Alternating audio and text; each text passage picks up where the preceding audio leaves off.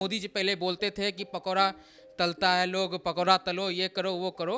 भैया आज पकौड़ा तलने वाला भी आदमी 1,60,000 65,000 रुपया महीना कमा रहा है, अपना घर चला रहा है। जो भी आज के दौर में रील्स बना रहे हैं वो किसी समाज में डॉक्टर, प्रोफेसर या नेता के बेटा नहीं है, वो एक गरीब तबके से आ रहे हैं। जितना रुपया फेसबुक, इंस्टाग्राम मतलब डिजिटल प्लेटफॉर्म पे रुपया है, उतना आज के बिजनेसमैन भी नहीं कमा पाएंगे। प्रधानमंत्री नरेंद्र मोदी का बिहार चुनाव में आगमन हो गया है। अपनी पहली रैली में ही उन्होंने एक बड़ी बात कही है। उन्होंने कहा है कि देश भर में 1 GB डेटा 1 कप चाय से भी कम कीमत में मिलता है, जिसका बिहार के नौजवान फ़ायदा उठा रहे हैं और रील्स से रोज़गार उत्पन्न कर रहे हैं, कमाई कर रहे हैं। इस बयान को विपक्ष ने आड़े हाथों लिया और कहा कि प्रधानमंत्री की पकौड़ा तलने वाली योजना के बाद अब एक नई योजना शुरू हुई है और वो है रील्स बनाने वाली योजना। तो आखिर बिहार में प्रधानमंत्री ने इस चीज़ का जिक्र क्यों किया, ये जानने की उत्सुकता आपके भीतर भी है और हमारे भीतर में भी है।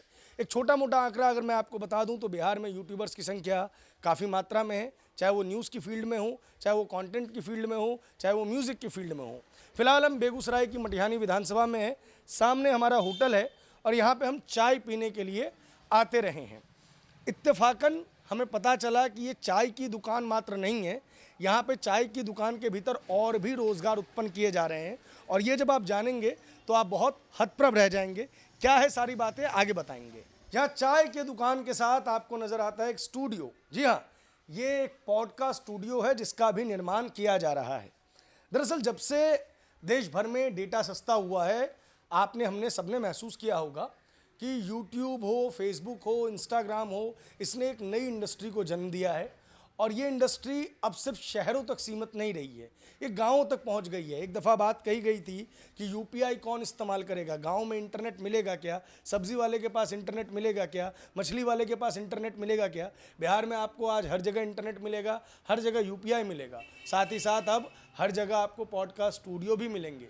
अब ये इन्होंने बिहार जैसी जगह पर पॉडकास्ट स्टूडियो क्यों डाला है, क्या रील्स इंडस्ट्री से कमाई सच में हो रही है, ये जानने का प्रयास हम यहीं के फाउंडर से करेंगे। क्या नाम हुआ दोस्त आपका? मनीष सिंह। कहाँ से हैं भाई साहब? बेगूसराय बेगूसराय बिहार। ये बताइए क्या बना रहे हैं आप यहाँ पे? एक स्टूडियो है। देखिए 2 सेकंड लगेंगे, 2 शब्द मैं समझा दूं। जो भी आज के दौर में रील्स बना रहे हैं वो किसी समाज में डॉक्टर, प्रोफेसर या नेता के बेटा नहीं है, वो एक गरीब तबके से आ रहे हैं। और हर मोबाइल एक कैमरा है आज के डेट में। कैमरा तो उनको उपलब्ध है, लेकिन एक अच्छा इंडोर उनका जो हो सके, आउटपुट जो आ सके अच्छे से अच्छे बेहतर तरीके का, इसकी व्यवस्था नहीं है उनके पास। तो यह वरदान होगा उन लोगों के लिए मेरे तरफ से, जहाँ की न के बराबर चार्ज पे उनको और उभरने का मौका दिया जाएगा। रील्स कल्चर को ही अगर समझा जाए, आज के डेट में कोई भी न्यूज़ चैनल, बड़ी से बड़ी न्यूज़ चैनल, एक बात बताइए, वो 30 सेकंड से लेके 1 मिनट के कम का वीडियो क्यों डाल रही है और उसका फुल लेंथ वीडियो से ज़्यादा व्यूज़ क्यों आ रहा है शॉर्ट्स पे। चलिए इससे और भी थोड़ा पीछे जाते हैं। जितने भी स्कूल हैं, मंदिर मस्जिद हैं, उसके ऊपर 2 शब्दों में जो ज्ञान की बातें लिखी रहती है वो क्या है? बिना ऑडियो का रील्स ही तो है। तो ऐसा तो नहीं है कि हम रील्स की दुनिया में आ जा रहे हैं। पहले भी यही काम करते थे? जी नहीं, मैं प्रोफेशन से इंजीनियर हूँ। मैं जॉब जी मैं एक जॉब भी कर चुका हूँ। और आप कहाँ करते थे? मैं जामनगर रिलायंस में था, थर्ड पार्टी के थ्रू। जी। और उसके बाद मैंने ऑटोमोबाइल में एक बहुत बड़ा व्यवसाय को भी सेटअप किया। कौन सा था व्यवसाय? मैं गामा स्काईलाइन के नाम से था। ई रिक्शा जो होते हैं, ई रिक्शा का मैं बिहार में एक तरह से शुरुआती दौर का फेज़ का डीलर डिस्ट्रीब्यूटर रहा हूँ। मैं काइनेटिक कंपनी का बिहार में 4 जिला का डिस्ट्रीब्यूटर रह चुका हूँ। एक्साइड बैटरी का मैंने काम किया है और अभी मैंने अपने व्यापार को स्विंग करके ये कैफेटेरिया में इस मोशन में लाया। ये जो प्रधानमंत्री नरेंद्र मोदी जब बोले समस्तीपुर में कि रील्स से लोग पैसा कमा रहे हैं, तो विपक्ष ने कहा कि पहले मोदी जी कहते थे कि पकोड़े तलो और अब कहते हैं कि रील्स बनाओ। बिहार को रोजगार तो मोदी जी दे नहीं पाए, तो इसलिए अब रील्स का झुंझुना पकड़ा के चले गए। क्या कहिएगा भाई साहब? यदि 4 शब्द बोलने दीजिएगा तो शांति से बस समझिएगा। कुछ परिभाषा, कुछ शब्दों को मैं समझाना चाहूँगा। रोजगार का अर्थ होता है कोई काम या व्यवसाय जिसके बदले में आपको भुगतान किया जा रहा हो। व्यवसाय का अर्थ होता है दूसरों के कार्य को सरलता से करना। एग्जाम्पल समझो आप, चाहे आप मर्सिडीज की, लैम्बोर्गिनी की किसी का शोरूम खोल लो या डोमिनोज पिज़्ज़ा हट का शोरूम खोल लो, आपके काम की क्या वस्तु है? 1-2 पिज़्ज़ा खाओगे, एक गाड़ी पे चढ़ोगे, है तो दूसरों के उपभोग की वस्तु जिसको सरलता से बेचना चाहिए। लेकिन देखो यहाँ ईगो, अभिमान इन सभी में है। वो एक एसी का चैम्बर बनाए, उसमें बैठ गए और जिसको भगवान समझना चाहिए उसको भेड़ बकरी समझ रहे हैं। और यही व्यक्ति कह रहे हैं ना कि पकौड़ा तलना व्यवसाय नहीं है। भाई साहब, डिक्शनरी में दोनों व्यवसाय ही कहा जाएगा। अब बताओ, मर्सिडीज या लैम्बोर्गिनी तुम बेच रहे हो शोरूम में बैठ के, तो वो व्यवसाय हो गया, लेकिन वहाँ सामने में यदि कोई पंचर बना रहा है तो वो व्यवसाय नहीं है तुम्हारे नज़र में। मान लो कि तुम डोमिनोज और पिज्जा का फ्रेंचाइजी लेके वेस्टर्न कल्चर यहाँ पे बेच रहे हो, और कोई व्यक्ति यहाँ पे देसी स्टाइल में पकौड़ा तल के चाय पिला रहा है, वो व्यवसाय नहीं है तुम्हारे नज़र में। भाई साहब, डिक्शनरी में दोनों को व्यवसाय कहा जाएगा, या तो फिर तुम भी हवाबाजी कर रहे हो और वो भी हवाबाजी कर रहा है। प्रधानमंत्री नरेंद्र मोदी के लिए कहा जा रहा है कि पहले बोले कि पकौड़े तलो, और अब कह रहे हैं बिहार के वालों को कि रील्स बनाओ। बिहार में रोजगार नहीं दे पाए, इसलिए मोदी जी इस तरीके की बात कर रहे हैं। क्या कहिएगा इस पे? नहीं, ये गलत बात है। दोनों व्यवसाय यदि श्रेणी में रखा जाए तो दोनों व्यवसाय है। ठीक है। पकौड़े तलना भी व्यवसाय है, क्योंकि इसके लिए ही मैंने इतना लंबा समय लिया था, और रील्स बनाना भी व्यवसाय है। यदि रील्स बना व्यवसाय नहीं है तो सारे हीरो हीरोइन, एक्टर्स और जितने न्यूज़ चैनल हैं, जितने मूवी के प्रमोशन करने वाले हैं, ये लोग शॉर्ट्स क्यों रिलीज कर रहे हैं, ये खुद अभी आगे बताएं। बिहार में यूट्यूबरों की बाढ़ सी है, इसका कोई दो राय नहीं है। यहाँ बहुत है, एक पे एक कलाकार है। बिहार ऐसे भी टैलेंट की धरती रही है, यहाँ ज्ञान का भंडार ही है ये।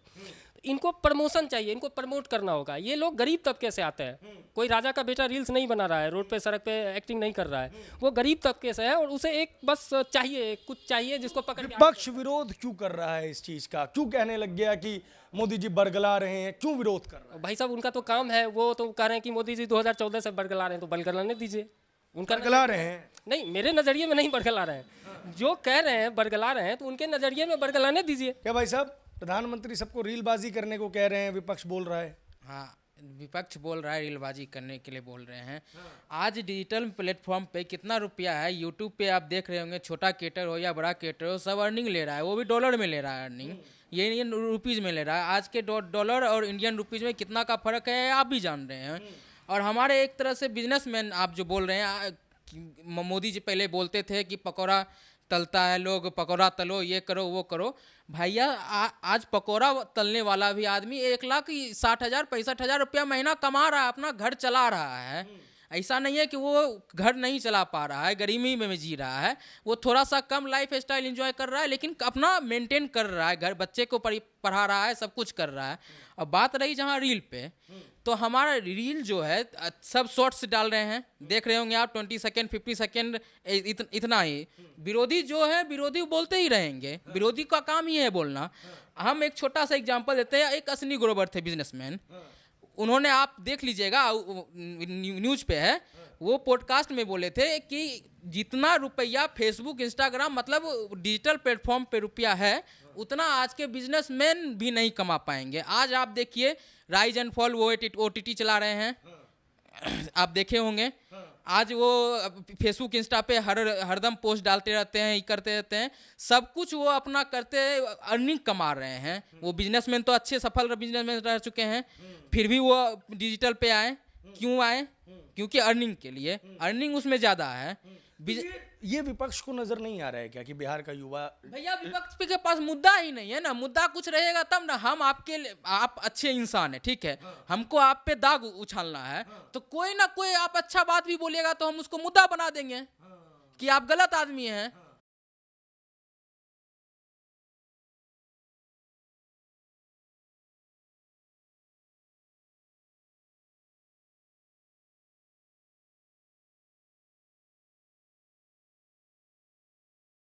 कर देंगे, बता देंगे, बोलिएगा तो।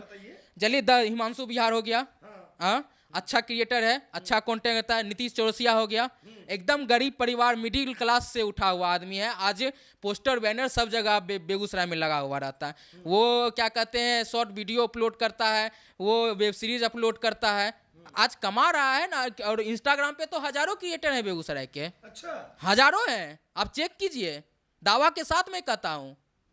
बिहार के अंदर जो रील का कल्चर है वो बहुत ज़्यादा डेवलप हुआ है, और नॉर्मली जिन रील्स को, शॉर्ट्स को आप देखिएगा ना, तो आपको नज़र आएगा कि गरीब घर के बच्चे,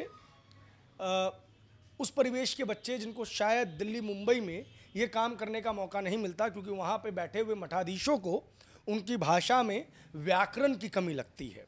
यही वजह होती है कि बिहार के कई पत्रकार जब दिल्ली या अन्य जगहों पे नौकरी पाने के लिए जाते हैं, तो चूँकि उनकी भाषा में मैथिली या भोजपुरी टच होता है तो उनको रोक दिया जाता है, तो ऐसे में वो नौकरियों से वंचित रह जाते हैं।